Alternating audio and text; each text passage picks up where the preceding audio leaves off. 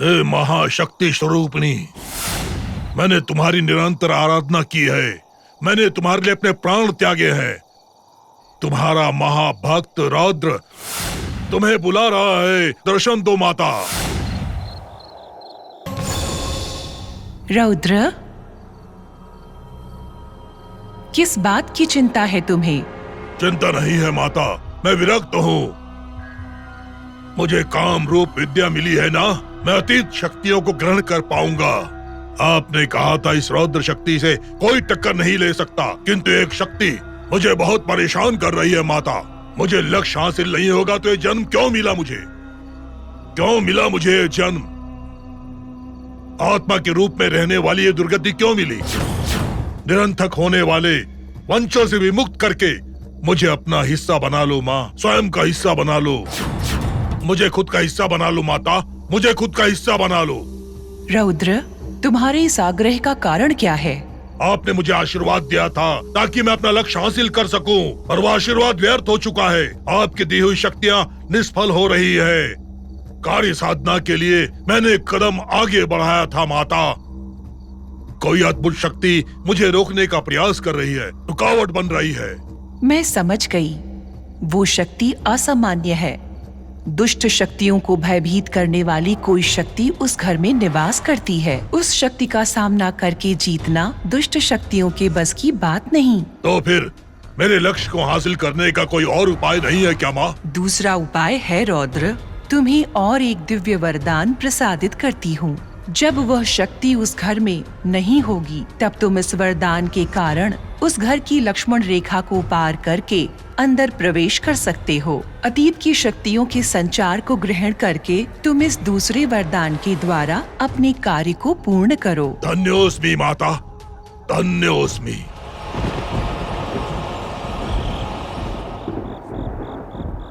हमें यहाँ से तुरंत निकलना होगा, समय आ गया है। अब मुझे क्या करना होगा? तुम्हें पहले 18 दिन शांति यज्ञ करना पड़ेगा। शांति यज्ञ? पर वो क्यों? परम पवित्र उस मंदिर में सेवा देने वाले उस महान पंडित की मृत्यु हो गई थी। उसी पाप के कारण वो मंदिर अपवित्र बन गया। उस पाप के प्रायश्चित हेतु श्री राम को शांत करने के लिए महायज्ञ करना पड़ेगा। यदि 18 दिनों का यज्ञ बीच में रुका तो उसके रुकावट के कारण उसे फल प्राप्ति नहीं होगी। स्वामी के शांत होने के पश्चात जब वो उनका अनुग्रह देखेंगे, तभी श्री राम के पास हनुमान की मूर्ति स्थापित होगी। यदि ये पुण्य कार्य सफल हो जाएगा तो उस परिवार को उनके श्राप से मुक्ति मिल जाएगी। यज्ञ का आरंभ करने के लिए आज का दिन ही शुभ है। चलो अंजना। अंजना, तुम आ गई बेटी। तुम एक कारण जन्मी हो। महाशक्ति स्वरूपा की दर्शन भाग्य पाना जिंदगी भर के लिए तपस्या के बाद भी असाध्य ही है। ऐसे में तुम्हें वो भाग्य मिला है। तुम्हें मिलना मेरे लिए बहुत खुशी की बात है बेटी।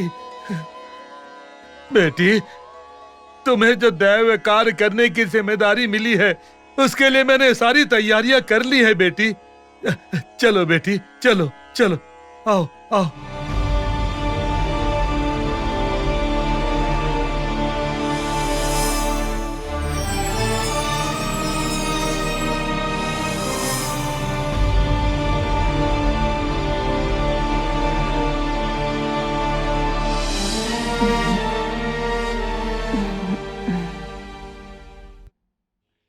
ओम ह्रीं क्लीं चामुंडाय विचे स्वाहा।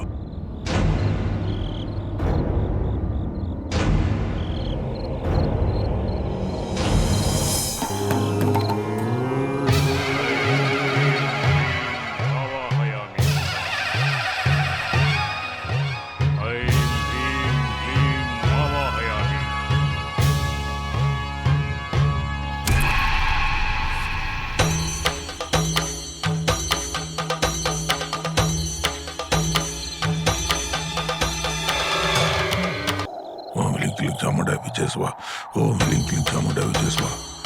ओम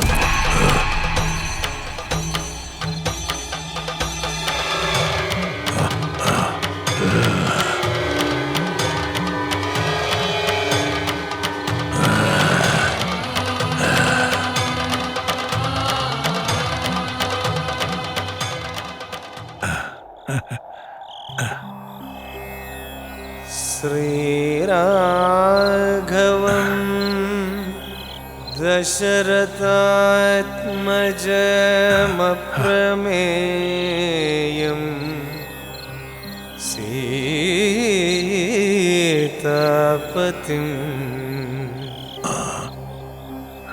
रघुकुलान्वय रत्नदीपम्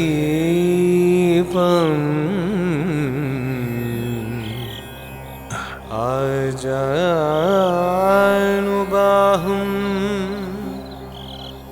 अरविन्ददलायताक्षम् रामं निशाचरविनाशकरम्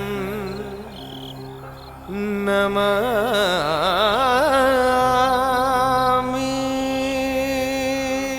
ओम श्री रामाय नमः। ओम रामभद्राय नमः। ओम रामचंद्राय नमः। ओम शाश्वताय नमः। ओम राजीवलोचनाय नमः। ओम श्रीमते राजेन्द्राय नमः। ओम रघुपुंगवाय नमः। ओम जानकी वल्लभाय नमः। ओम जयित्राय नमः। ओम पितामित्राय नमः। ओम जनार्दनाय नमः। ओम विश्वामित्रप्रियाय नमः। ओम दान्ताय नमः। ओम शरणत्राणतत्पराय नमः। ओम वालिप्रमदनाय नमः। ओम वाग्मिने नमः। ओम सत्यवाचे नमः। ओम सत्यविक्रमाय नमः। ओम सत्यव्रताय नमः।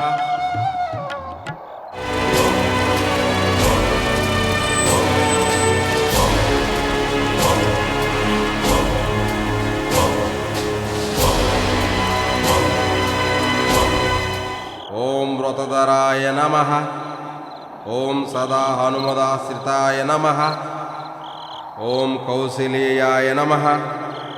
ओम करध्वंसिने नमः। ओम विराटपण्डिताय नमः। ओम विभीषणपरित्रात्रे नमः।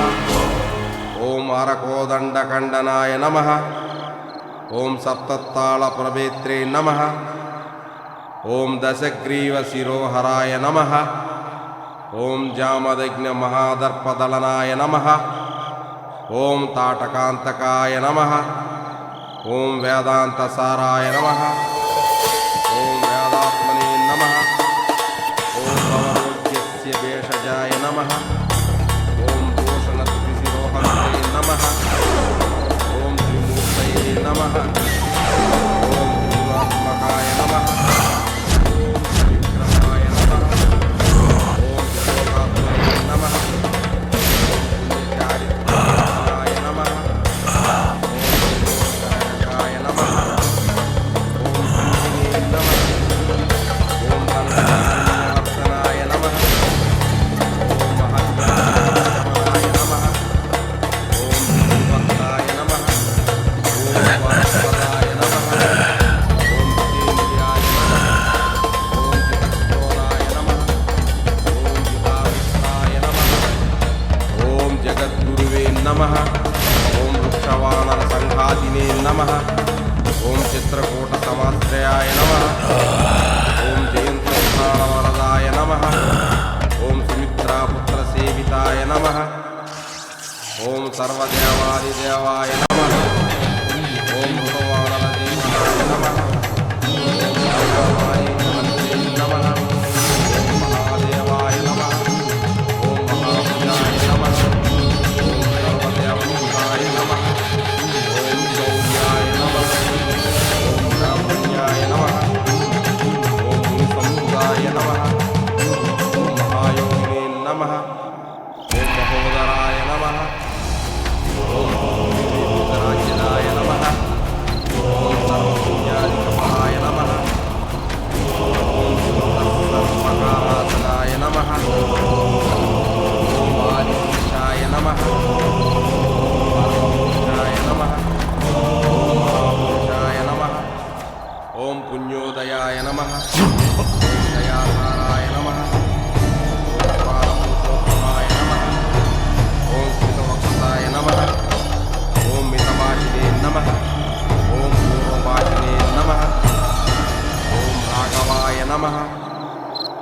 अनन्तगुणगम्भीराय नमः। ॐ धीरोदात्तगुणोत्तमाय नमः। ॐ मायामानुषचारित्राय नमः। ॐ महादेवादिपूजिताय नमः।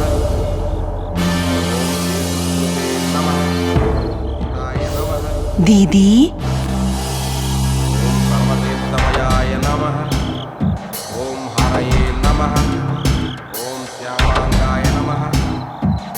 ॐ सुन्दराय नमः। ॐ नमः।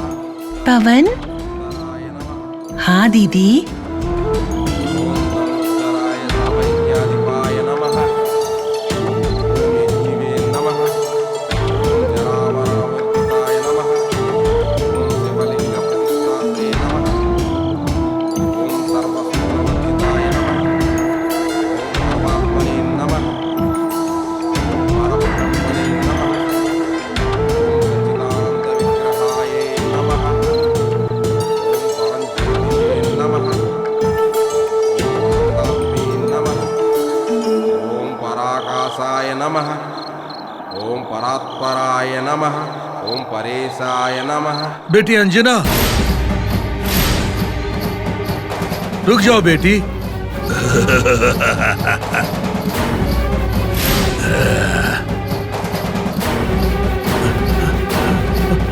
आओ ना दीदी, यहाँ आओ दीदी।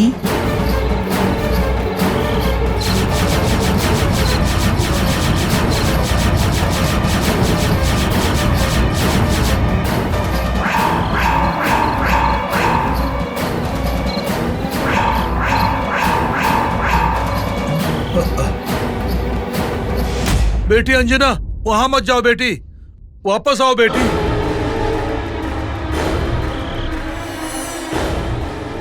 वहां मत जाओ बेटी।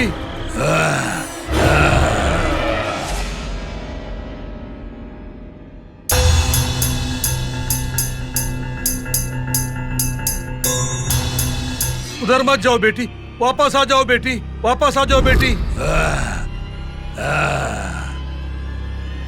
बेटी अंजना, रुक जाओ बेटी, वो तुम्हारा भाई नहीं है, वो तुम्हारा भाई नहीं है बेटी। बेटी अंजना बेटी, उधर मत जाओ। बेटी अंजना उधर मत जाओ बेटी, रुक जाओ बेटी। बेटी रुक जाओ बेटी, रुक जाओ, तुम कहाँ जा रही हो? उधर मत जाओ बेटी, वो तुम्हारा भाई नहीं है बेटी, आओ ना दीदी। वो दुष्ट मायावी है बेटी। इधर दीदी।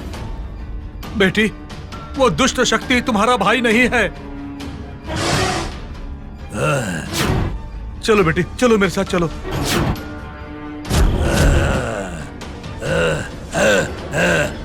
अरे वो दुष्ट! तनिक तुम महाशक्ति से डरो, तुम्हारा विनाश हो जाएगा। तुम अपने विनाश को आमंत्रण मत दो। अरे वो दुष्ट!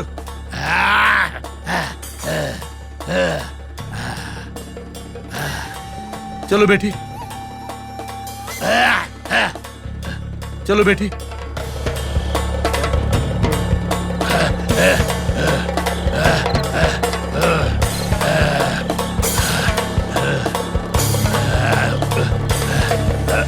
ओम पारगाय नमः। ओम पाराय नमः। ओम सर्वदेवात्मकाय नमः। ओम परस्मै नमः।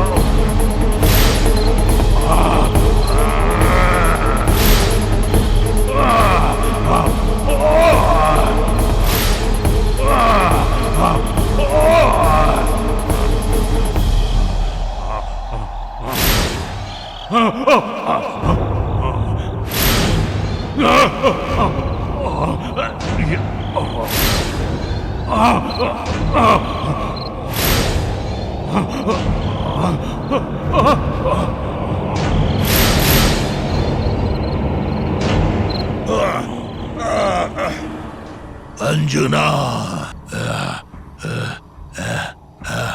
अंजना, इस बार तो तुम मुझसे बच गई। जब मेरा उचित समय आएगा मैं तुमसे प्रतिशोध लूंगा।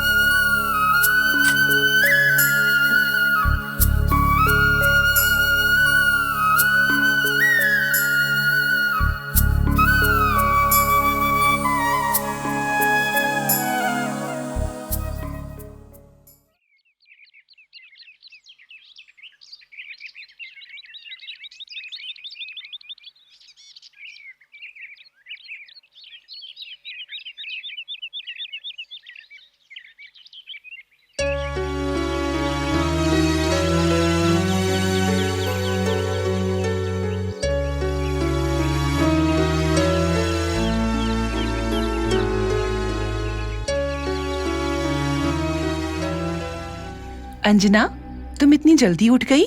कहाँ से आ रही हो? जंगल से आ रही हूँ। वो बहुत बड़ा जंगल है, मैं वहीं से होकर आ रही हूँ माँ। जंगल से आ रही हो? हाँ, मगर तुम कहना क्या चाह रही हो बेटी? तुम जंगल कैसे गई? हाँ माँ, रात को मुझे हनुमान ले गया था जंगल। वो बहुत अच्छा है। वहाँ एक बहुत बड़ा मंदिर भी है।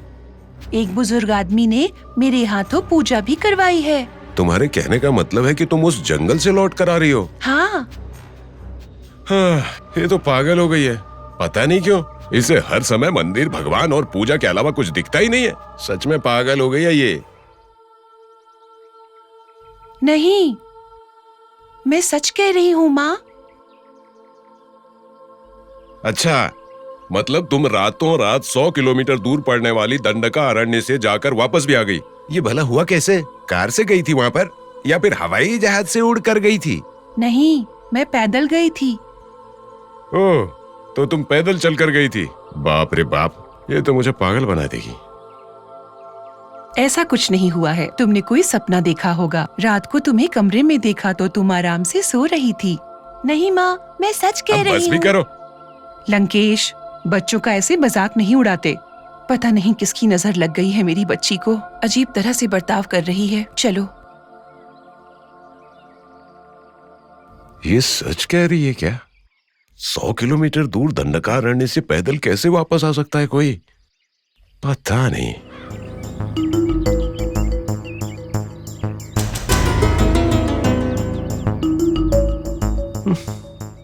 स्वामी, भगवान राम की मूर्ति, त्राहि माम, त्राहि माम, त्राहि माम, त्राहि माम।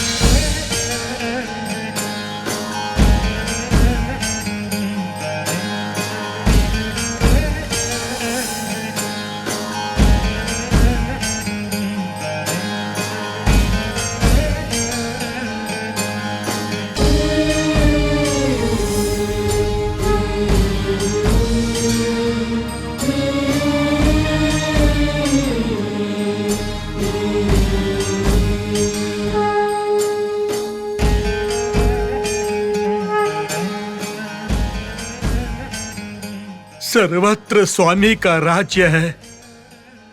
त्राहि माम, त्राहि माम।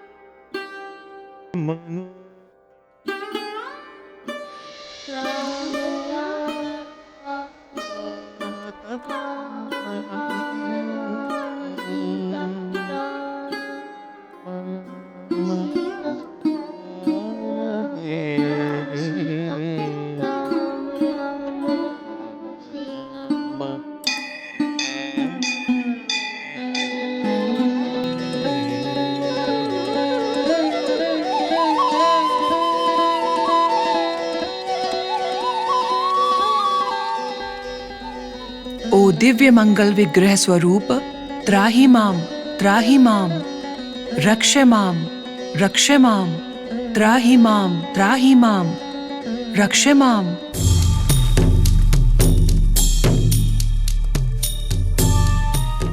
आपकी सेवा में लीन होने वाले इस भक्त पर आपने करुणा दिखाई है क्या स्वामी?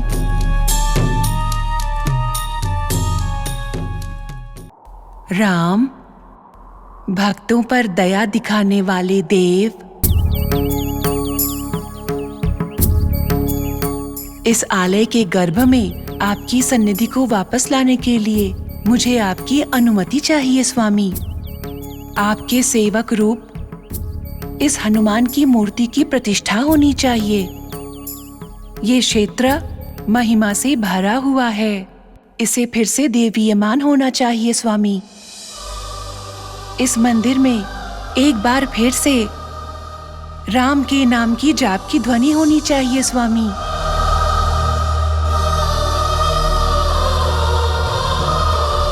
सत्य सैवली की इच्छा पूरी होनी चाहिए।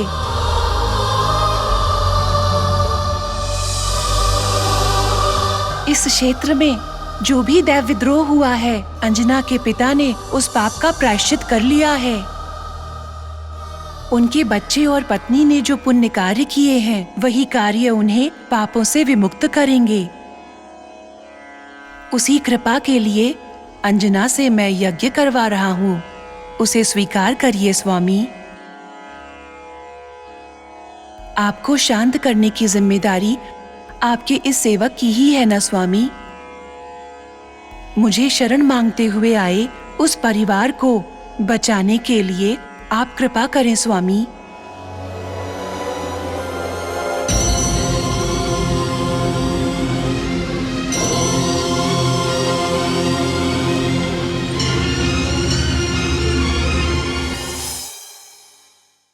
कोई भी मेरी बात नहीं मान रहा है। मैं सच में जंगल गई थी। वहां एक पुराना मंदिर है।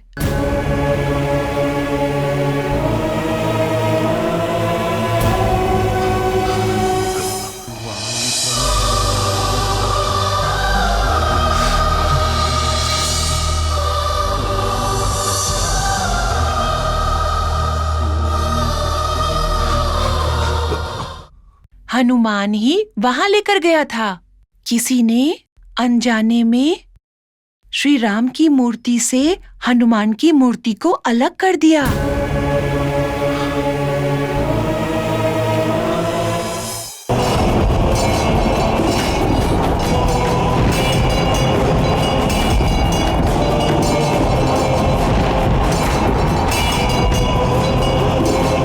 ये लो, पकड़ो इसे, पकड़ो इसे, पकड़ो, देख क्या रहे हो? पकड़ो इसे, मैं आता हूं।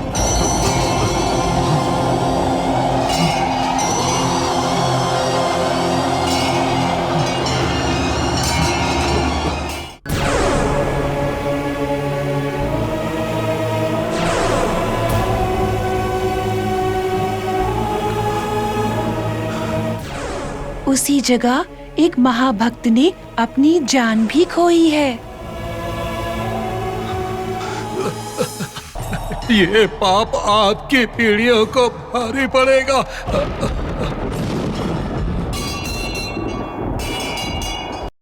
वो पाप एक परिवार के लिए श्राप बनकर उसका पीछा कर रहा है।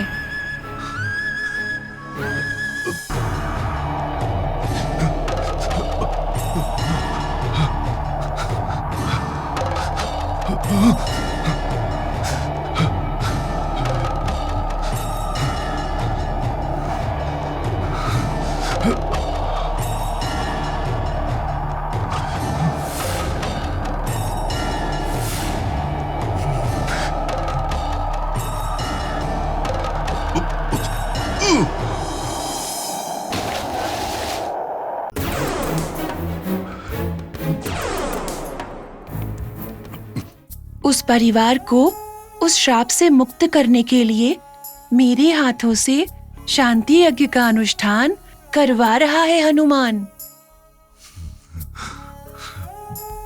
पता नहीं ये सारी बातें कैसे जानता है। कोई विश्वास करे या ना करे, मैं तुम्हारी बातों पर विश्वास करता हूँ। हमारे स्वामी स्वयं तुम्हारे साथ है। वो पापी इंसान मैं हूं बेटा, मैं हूं।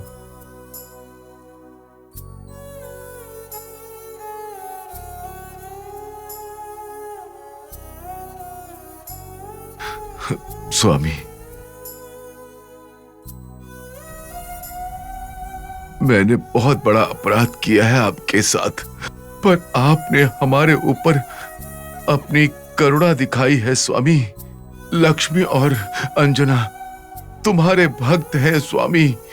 उन दोनों को मेरे जीवन में आना मेरे पिछले जन्म का फल ही है।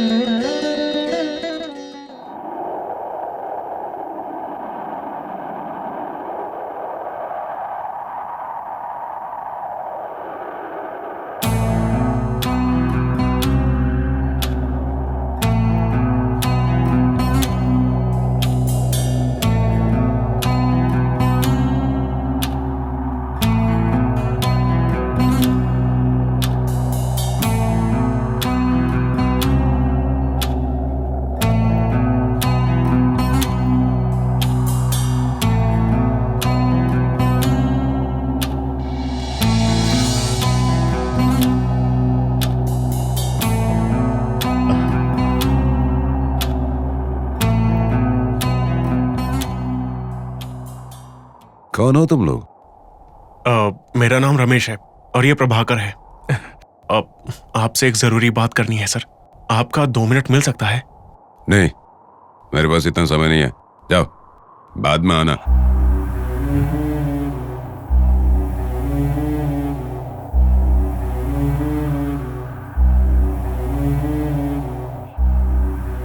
हमारी बात सुनिए sir, please. Sir please sir. मैंने कहा ना, यहां से चले जाओ। तुम लोगों को अंदर किसने आने दिया? सर प्लीज, एक मूर्ति के अंदर अद्भुत शक्तियां हैं, उसी के बारे में बात करने के लिए आए हैं।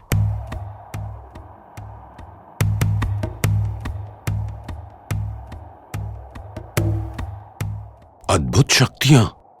हाँ सर, और ये हमारा खुद का अनुभव है सर।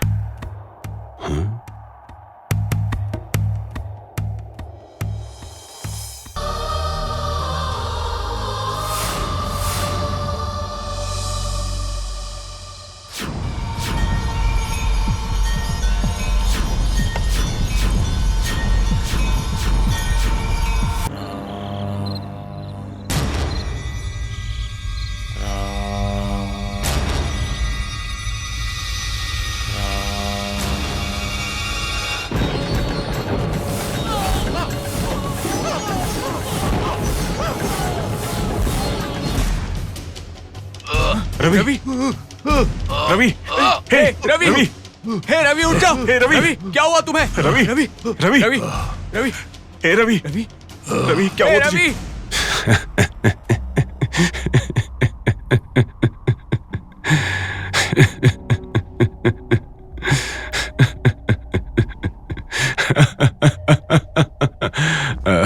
विज्ञान की मदद से सारी दुनिया पर राज किया जा सकता है और तुम जैसे जवान लोग इस तरह के अंधविश्वासों में अब तक फंसे हैं। सिली हो तुम लोग।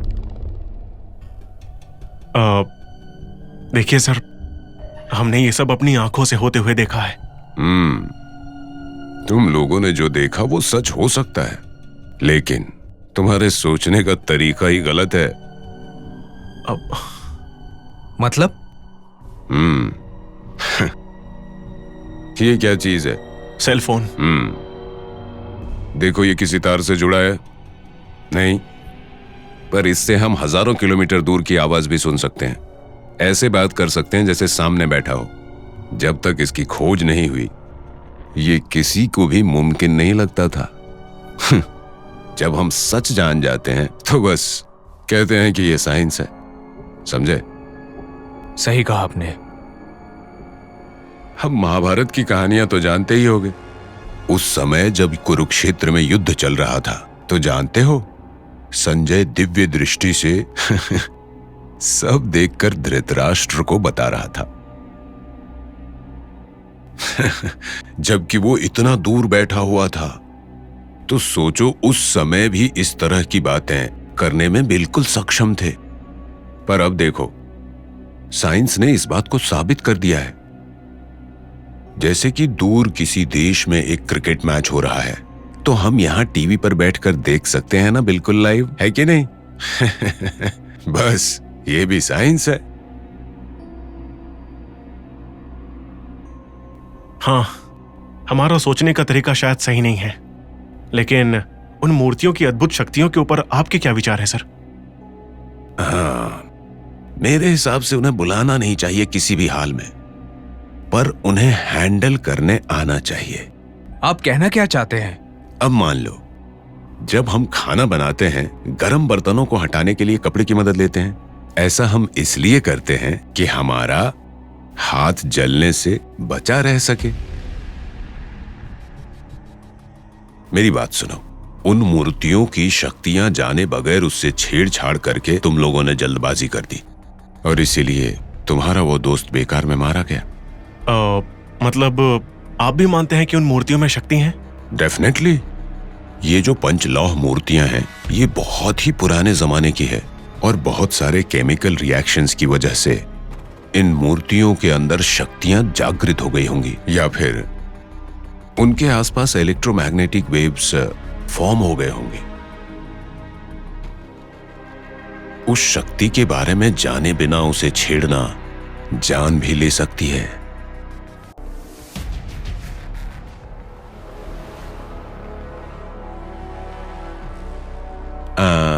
नाम क्या बताया था? रमेश और प्रभाकर। हाँ, रमेश, प्रभाकर।